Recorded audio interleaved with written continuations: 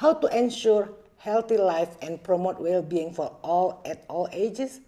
Stigma and discrimination has to end, because if it still happens to people and children living with HIV, and comprehensive information about sexual reproductive health and rights is still not addressed adequately for young women and girls, we cannot achieve that.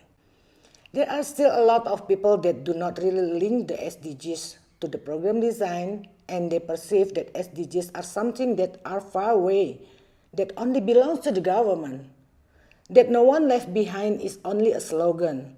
The reality is we need to understand about the SDGs and how to get involved to really ensure that no one left behind. But as a woman living with HIV, I do feel that I have to do something in the designing, implementation, up to the monitoring and evaluation of the program, so that women living with HIV aren't left behind. When the SDGs were finally launched in Nigeria, it was an exciting time to say that finally, yes, sexual and reproductive health and rights is recognized. Adolescents and young people are not left out. So now the work focused on, at the country level, how do we make sure we hold the government accountable in the implementation of the SDGs?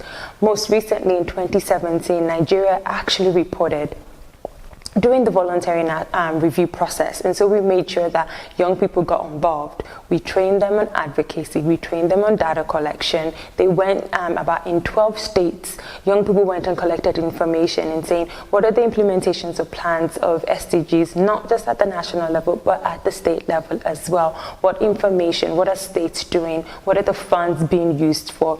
And we created a scorecard based on that to say what level of implementation was happening. And we took that with us to New York to make sure we shared that information and to hold the government accountable and to be able to participate in the VNR process and ask questions. The government of Nigeria has shown a commitment to the implementation of SDGs. They do have priorities. For example, they're very committed to health and education. But we know that the most critical thing about the SDGs is that they're interconnected and they're linked. So even if the government is committed to health and education, in ways that you look at it, you have to say, where are women and girls? To these issues, are they being included? Are they not being left out? Looking at issues around inequality, because that's something we're really passionate about as well. So goal 10, looking at goal 16 and realizing the issues around violence, around conflict in communities, and that has been very evident in communities that we work in.